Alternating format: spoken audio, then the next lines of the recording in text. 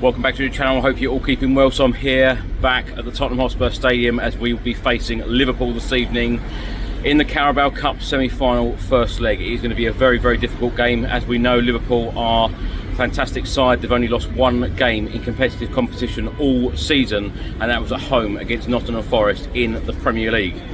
Now, only a couple of weeks ago we lost 6-3 here. Spurs have got to give absolutely everything. We've still got a number of players out missing, but we need to get a result tonight because we face Liverpool in the second leg in 4 weeks' time, and as we all know, we don't tend to get a good result up at Anfield at the best of times, particularly when so many players are out missing. But 4 weeks' time we should have a lot of players back, but we need a head start in this game this evening.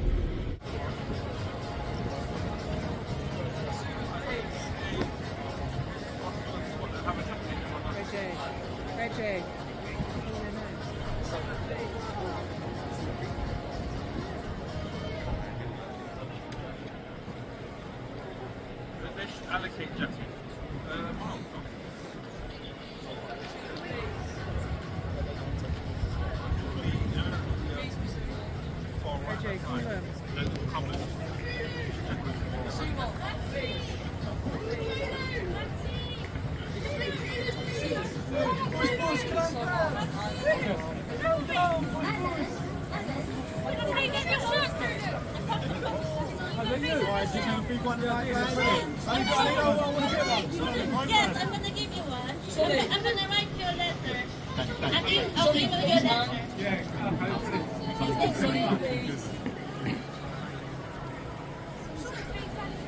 Please, Sonny. Sonny, thank you so much. Just say, Sonny, good luck. Thank you, Sonny. Sonny, please.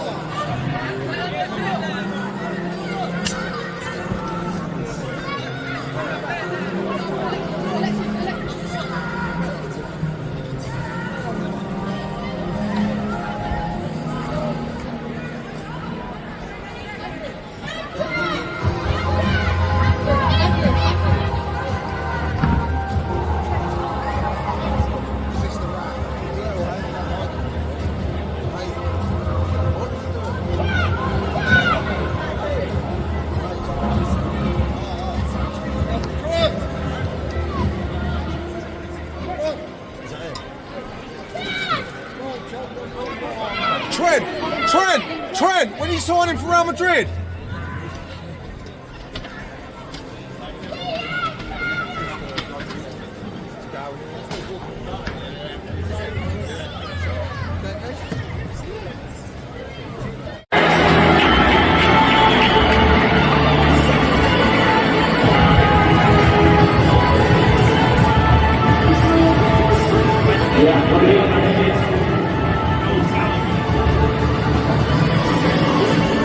Everybody on the room, the ticket to the first line, the second to the top of the first ring, next one, the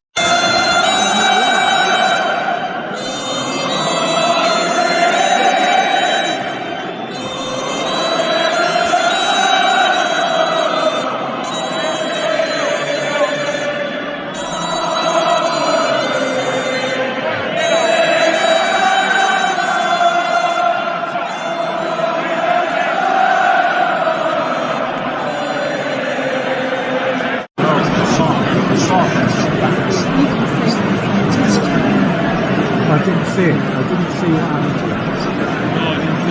No, didn't see anything. Didn't see anything. They don't look good. They're all watching, so that means it ain't that bad.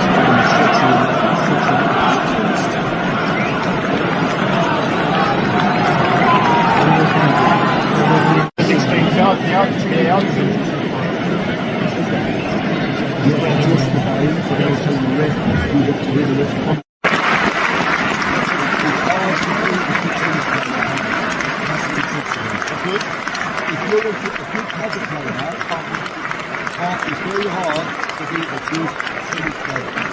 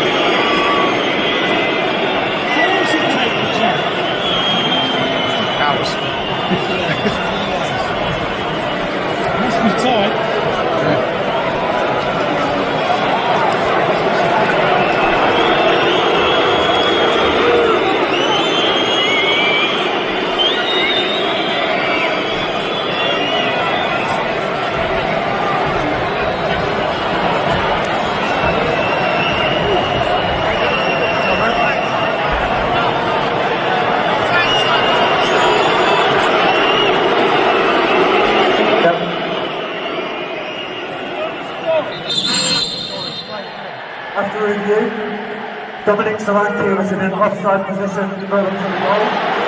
The final decision is offside.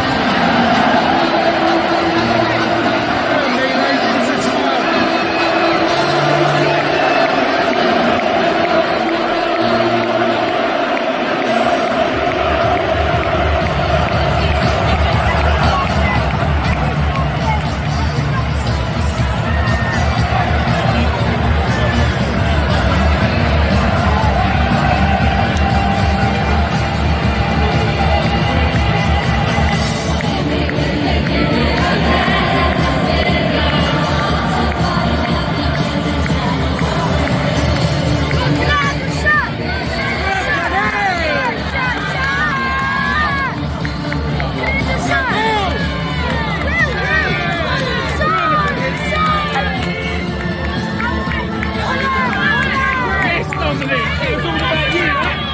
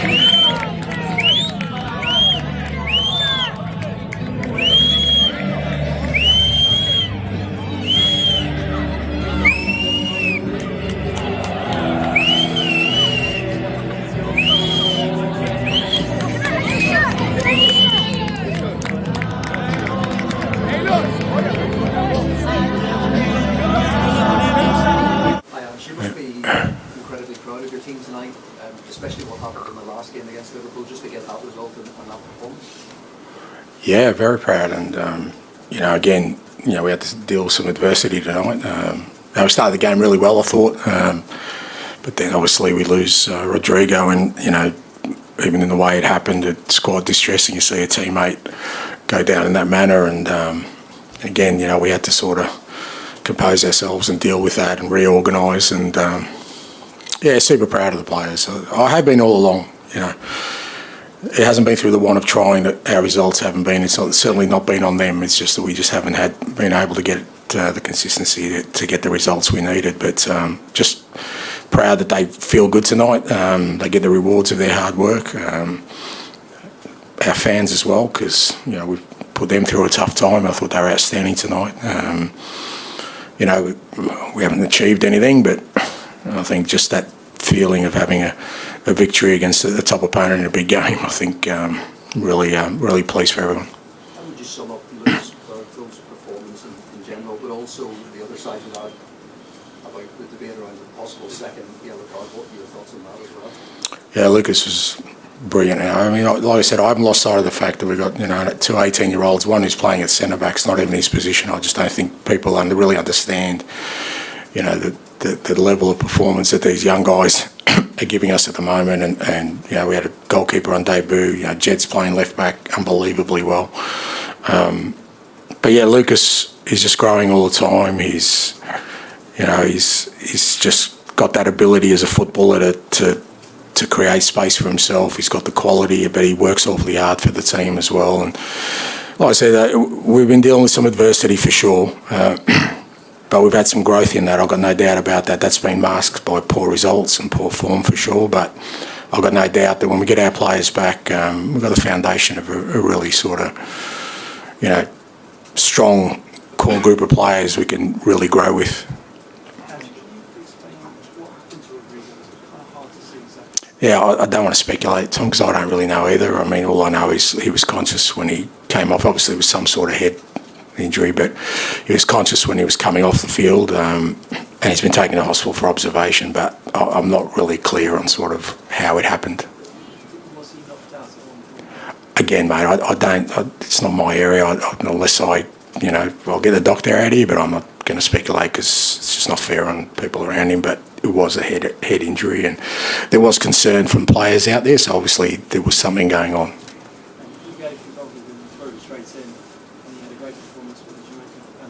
Yeah, brilliant. Yeah, no, fantastic. I got the sense when I spoke to him before we signed him that he had a bit about him in terms of, real sort of assuredness, but probably belied his years. And, we did. I threw him a mammoth task today to play against the best team, arguably in the world at the moment, in a big game, a semi-final, and he just handled it awfully well. And I think credit to Johan and his team. They were really big on him as a footballer that's going to fit our style. They work really hard to make it happen now, and you can see why he's an outstanding footballer. And it was a lovely moment for Lucas, but maybe just seconds earlier he could have been sent off. I wonder what you made that incident, just because Anna spoke about it as well. Yeah, look, I spoke about it after the game last time. I think that my comments were misinterpreted. I didn't criticise the referee or the decision. I didn't think the decision was right about the handball, but I said that it's very hard at the moment. It's very confusing to understand certain elements of the game. Now, we've been told consistently the last few weeks, because I've been, screaming at it from the sidelines, because a lot of teams have got away with a lot of fouls with us without bookings because the referee plays advantage. And we've been told consistently, if we play advantage, as long as it's not a cynical foul, then the player does not get cautioned. So that's been relayed to us on a weekly basis, because we feel like that's been happening. That was one of the things I was kind of, bemoaning last weekend. There was certain players who just repeatedly were fouling. We were getting advantage, but no bookings. So that's what I'm talking about, is that I don't think... And I'm really surprised at how... What's the word I'm looking for? How people in this country are so easily letting the game change so much so quickly. It's changed more since VAR has come in, and I've been involved, I think, in the last 50 years. We never used to debate offsides. We never used to debate handballs. We never used to debate holding in the box. We never used to debate so many things. And it seems like, did everyone really love the announcement today? Did that give you a real buzz about, seriously? But now and again, look, I understand, my understanding of it is this is what the people want. That's what I keep getting told. I understand that. And I understand that, we're not going to, VAR is going to be there. Technology is going to be a part of life. But it's like my wife and our kids, we know technology, but she limits screen time. Why? We slow things down. I think we just got to be careful about constantly, why do we want to change the game so much? And I know I'm going to be the old bloke in the stands who keeps shouting boo every time VAR, and I'll be the only one. But I just thought people would be a little bit more protective about the sanctity of the game. That's what I was talking about. Like, I wasn't criticising referees. I've never criticised, like I said, I didn't think the decision was right, but it's just the way the game, I think there's a lot of confusion at the moment. That's my belief, that the game is changing on the basis of technology. And I'm saying, why isn't anyone speaking up about it? Especially in this country, who, for all intents and purposes, you guys think you're the custodians of the game. You've got a song that says it's coming home. This is your game, and yet it takes an Aussie from the other side of the world to be the one that's most conservative about changes. At the minute, are those decisions like a lottery, because it feels like on one day it might get given. So my comments are fair and even playing ground. That's what they were about. So today it advantaged us. Yeah. I wasn't saying that there was a vendetta against me or Tottenham when I spoke last week. That's not what my comments were about. It's just that, and like I said, I could be on a lone crusade here, but I'm happy to do that. I'm happy to just be the lone voice of saying, just leave the game alone for a bit. Even extra time now, minutes added on there, minutes. We never used to talk about these things before. And yet now everything is changing. So that was my comment. So today, I can see why Arnie's would be very disappointed. If that was me, I'd be disappointed as well. But apparently they're the rules. So, yeah. Just quickly, I was going to say that you look to be a lot more emotional on the sideline during this period. I don't know if I'm misreading that, or that's not how you feel, or... But are you conscious of just letting your emotions out a little bit more? Well, yeah. It's been an emotional time, mate. It's like I keep saying, I am a human being. Like all of us. We're in these roles of managers, and we're supposed to. I understand we've got positions of responsibility, but we're still human beings in the core, and we react to things. And I don't like the fact that people who are working really hard for this club on and off the field have not had that feeling of victory. I don't feel great about our supporters not having that feeling of victory. It weighs heavily on me, mate. It's my responsibility. So yeah, I'm a little bit more emotional than I usually am, but that's, I guess, that also probably means I do care, and I think that's still important. Just a very quick one on Archie Graham, what he's managing to do like every 3 days at the moment, and also the relationship he's building with Ruddy. It's like I said, I, in a position he's never played, mate. You know, he's never played. An 18-year-old. You know, name me another Premier League team that's got 2 18-year-olds and one playing out of position consistently. I'm so happy they're at our football club, and as I keep saying, you know, in 2 or 3 years' time, I just pray to God I'm the beneficiary of their talent, mate, because if somebody else is getting it, I won't be happy. James, last one, please. Was there any change in your sort of overall approach from the Liverpool game here in the league? It felt a bit more pragmatic. No, you can put it that way. I mean, people said, my midfield setup was, a little bit more conservative today. That's because I only had 3 midfielders to choose. The others weren't available. So we certainly went about it the same way. Look, Liverpool don't allow you to dominate the game the way other teams do. And like I said, Ali said, our players every 3 days are playing a game of football, mate, without rest. And you saw Liverpool at the end, they put on some significant talent, some really good footballers, some top footballers. I couldn't do the same. And yet the guys who are out there are consistently doing it. So, maybe we're not as dominant as we wanted to be, but there's good reason, not through the lack of trying or, different intent in terms of how we went about it. Okay, thank you. Thank you.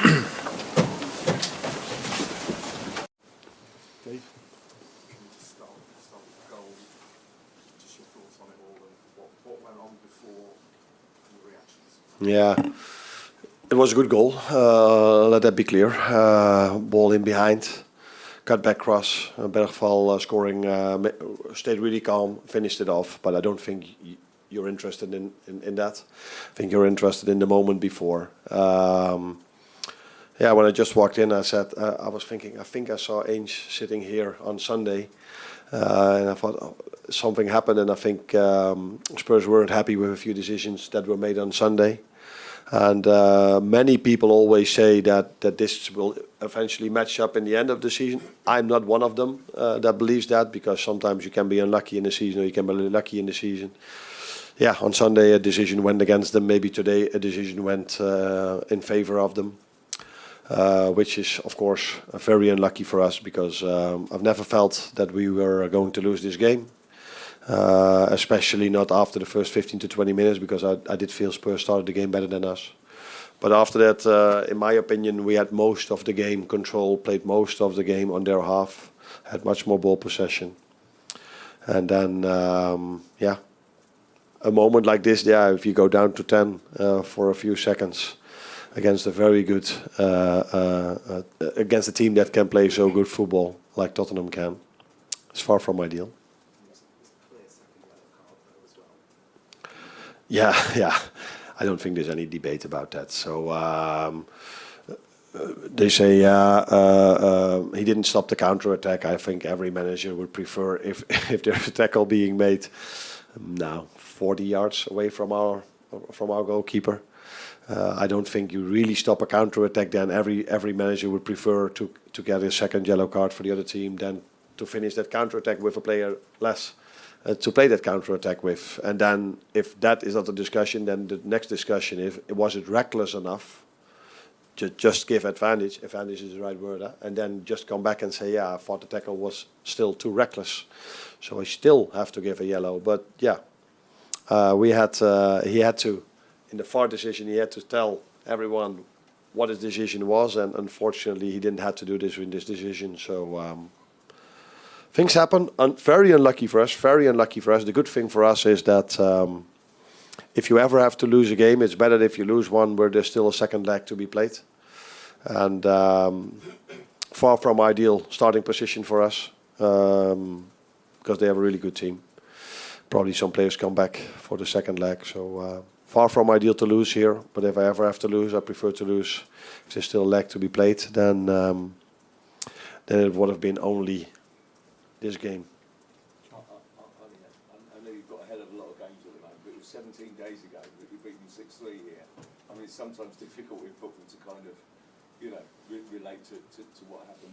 Would you kind of I don't know, concede that maybe not quite at your best tonight? Is that fair? Sorry, your last? Would you concede that maybe not quite at your best tonight? We're not quite at our best tonight. Your team? Yeah, if you compare it with the 6-3, then that's clear. But I don't think we will reach that level in every single game we play. So you can always expect a reaction from Spurs, which you saw today. You can always expect a reaction from the fans because it's a semi-final. It's such. We all know how important it is to us, but also how important it is for the Spurs fans to go to the final. So we knew when we came here that it would never be the same game as we played here 1 week ago or 2 weeks ago. But still, I saw a lot of things the same. I think even in that game, the ball possession was equal. But now I think we had 60-40. So many good things to take for me, more than the United game. But the result was not as good as against United. And a little bit of history in English football with that first VA. Yeah. Any thoughts on it? What did you make of it? Just how it worked? I think it's you can judge something on one game, but if it's offside, yeah, then I don't think anyone has to explain something. When he started explaining something, you saw a red and a blue line. So I think it's more. It would be more interesting for everyone if he would have explained why he didn't give a second yellow card than explaining why he cancelled the goal, because that's what everybody could see on the screen. But I know that that's not the rule. It's the rule to have these decisions where the VAR is involved, and the VAR was of course not involved in yes or no a second yellow. But in general, I think it's let's judge this not on an evening. Let's judge this if we've seen this a few more times. What was the problem for Kwanzaa? He didn't feel really well. So from the moment the game started till the moment we had to take him off, he felt a bit of pressure. I think he sat on his chest, but it went so fast. Okay, he came off and the game started again. So I have to ask him exactly, but I think he said he didn't feel really well. So it was not an injury, but more not feeling really well. He was though in the last few days a bit ill. Ill is the word I think you use, huh? But we thought he was on his way back. But maybe that had something to do with it. I have to ask, but it had nothing to do with an injury. Hi, Anna. I know you got booked, but I didn't get booked. Oh, you didn't get booked, sorry. But I was wondering how you kept so calm at the end. You were very friendly with the officials. Do you have any advice for other managers to keep calm after a decision like this? Oh, I don't think I'm known in Holland for the person that always stays calm with referee decisions. Although I do think they have a wrong opinion about me over there when it comes to referee decisions.